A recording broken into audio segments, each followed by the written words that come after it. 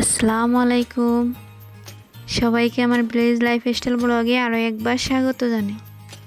কাছে এবং দূরে, দেশ এবং দেশের বাইরে যে যেখান থেকে আমার ভিডিওটি দেখছেন, আশা করছি আল্লাহ তাআলার অসীম রহমতে সবাই অনেক অনেক ভালো আছেন, সুস্থ আছেন। আমরাও আলহামদুলিল্লাহ ভালো আছি। রেগুলার ভিডিও দেওয়ার চেষ্টা করি, কিন্তু হয়ে ওঠে না, কারণ জব প্রিপারেশন নিয়ে খুবই বিজি আছি। তার উপরে ভিডিও করে কাজ করা তো খুবই টাফ, অনেক লেট হয় ভিডিও করে কাজ করতে গেলে। ছেলে মেয়ে সকালের নাস্তা করে চলে গেছে স্কুলে, এখন আমি আমার নিজের নাস্তাটাই করে নেব। এই তো আমার সকালের নাস্তা রেডি। নুডলস রান্না করেছিলাম, চা করেছি, আর এখানে আছে পিঠা। এটাকে কোনো কোনো এলাকায় বলা হয় কুয়া পিঠা, কোনো কোনো এলাকায় বলা হয় তেলের পিঠা। যে যেই নামে রাখুক না কেন, জিনিস কিন্তু একটাই। তো আমি নুডলসের সাথে কিছু সস নিয়েছি। সস ছাড়া আমি নুডলস, পাস্তা, ফ্রাইড রাইস এগুলো খেতেই পারি না। খাওয়া দাওয়া করে একটু বাড়ির দরজার দিকে গেলাম, গিয়ে দেখি আমার ছেলে সহ ওর বন্ধুরা সবাই মাছ ধরতেছে পুকুরে। এটা কিন্তু বাসার পাশের পুকুরটা না, এটা দরজার সাথে আমাদের আরেকটা পুকুর আছে ওইটা। এই তো এখানে 3টা তেলাপিয়া মাছ পাইছে, তো আমি বললাম যেগুলো নিয়ে আসো, আজকে এগুলাই রান্না করব। তো আমার ছেলে মাছ নিয়ে আসছে, আমি কেটে কুটে পরিষ্কার করে ধুয়ে নিয়েছি। এখন চলে যাই চুলায় রান্না করার জন্য। এখানে মাছগুলো ভাজার জন্য আমি একটা কড়াইয়ে কিছু তেল গরম করতে দিয়েছি, আর মাছগুলো খুব ভালোভাবে হলুদ, মরিচ আর লবণ দিয়ে মেখে নিয়েছি। এখন তেলটা গরম হয়ে গেলেই মাছগুলো ভেজে নেব। মাছ তো ভাজি করতে সবাই জানে, তো মাছ ভাজা হতে থাকুক। আপনাদের কাছে একটা পুরনো রিকোয়েস্ট নতুন করে করছি, আমার ভিডিওটির কোনো অংশে যদি কিছুটা ভালো লেগে থাকে প্লিজ একটা লাইক দিতে ভুলবেন না। আর যদি ভিডিওটা একটু বেশি ভালো লেগে থাকে তাহলে প্লিজ চ্যানেলটিকে সাবস্ক্রাইব করে রাখবেন, আর অবশ্যই পাশে থাকা বেল বাটনটি বাজিয়ে রাখবেন। এতে করে আমি কোনো ভিডিও ছাড়ার সাথে সাথে আপনার কাছে নোটিফিকেশন চলে যাবে, আর আপনি সময় সুযোগ করে আমার ভিডিওটি দেখে নিতে পারবেন। আর যারা অলরেডি সাবস্ক্রাইব করে নিয়েছেন তাদেরকে অসংখ্য ধন্যবাদ। আপনারা চাইলে আমার ভিডিওর ভালো লাগা, মন্দ লাগা বা আপনাদের যে কোনো মতামত কমেন্ট সেকশনে কমেন্ট করে জানাতে পারেন। আমার ভিডিওগুলো যারা দেখেন তারা কম বেশি রান্না পারেন, হয়তো অল্প কিছু আছে নতুন, যারা সংসার জীবনে খুবই নতুন। যাই হোক, রান্না চলতে থাকুক, চলেন আপনাদের সাথে কিছু গল্প শেয়ার করি। আসলে মানুষ চাইলে কি সব কিছুই সম্ভব? এই প্রশ্নটা আমি 2014 সালে করেছিলাম নিজেকে।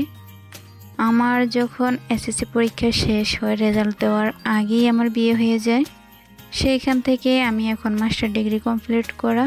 তো ওই প্রশ্নটা আমি এই জন্যই করেছিলাম যে আমার যেহেতু বিয়ে হয়ে গেছে, একটা সংসারে এসেছে নতুন, তো আমি চাইলেই কি সব কিছু সম্ভব?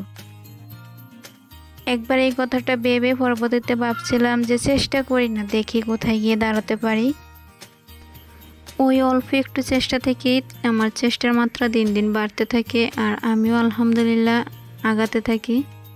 তো এগিয়ে যেতে যেতে আজকে আমি এই পর্যায়ে এসেছি। হয়তো একদম পুরোপুরিভাবে সফল হতে পারিনি, কিন্তু হব ইনশাল্লাহ একদিন। আল্লাহ চাইলে সব কিছুই সম্ভব। তবে আল্লাহ এটাও বলে দিয়েছে যে তোমরা পরিশ্রম করো আর আমার নিকট চাও, দেওয়ার মালিক আমি। মানুষ তার স্বপ্নের সমানই বড় হয়। যার স্বপ্ন যত বেশি, যার স্বপ্ন যত বড়, তার পরিশ্রমের মাত্রাটাও তত বড় হয়, আর সে সফলও ততটুকুই হতে পারে। হয়তো আকাশ ছোঁয়ার স্বপ্ন দেখে মানুষ আকাশ ছুঁতে না পারে, কিন্তু তার কাছাকাছি হলেও যেতে পারে।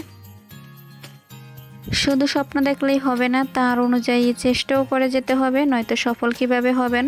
অবশ্যই পরিশ্রম সৌভাগ্যের প্রসূতি, এটা আমরা সবাই জানি, ছোটবেলা থেকে এই কথাটা আমরা পড়ে আসছি।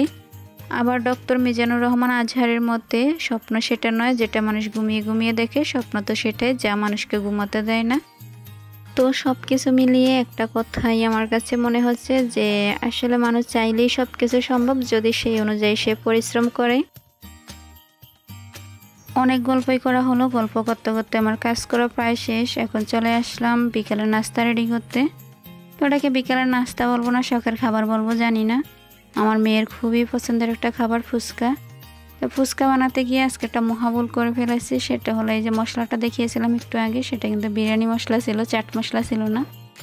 যখন দিতে গেলাম তখন দেখলাম যে আমার হাতে একটা এলাচ চলে এসেছে। ভাগ্য ভালো দিয়ে ফেলিনি, অল্প একটুই নিয়েছিলাম। তারপরে ওটা রেখে আবার চাট মশলা খুঁজে তারপর ভর্তাটা করে নিলাম। এখন তেঁতুলের টকটা রেডি করব। তেঁতুলের টক একটু বেশি খাওয়া চলে, তাই একটু বেশি করে পানি দিয়ে নিলাম। আর তেঁতুলও দিয়েছি পরিমাণ মতো, কম হবে না বা একদম পাতলাও হবে না। এই তো হয়ে গেছে তেঁতুলের টক রেডি। টকে আমি পরিমাণ মতো চিনি দেব, লবণ দেব আর দেব চাট মশলা। এখানে ধনিয়া পাতা আর কাঁচামরিচ আমার ঘরে নাই, দিলে খুবই ভালো লাগে খেতে।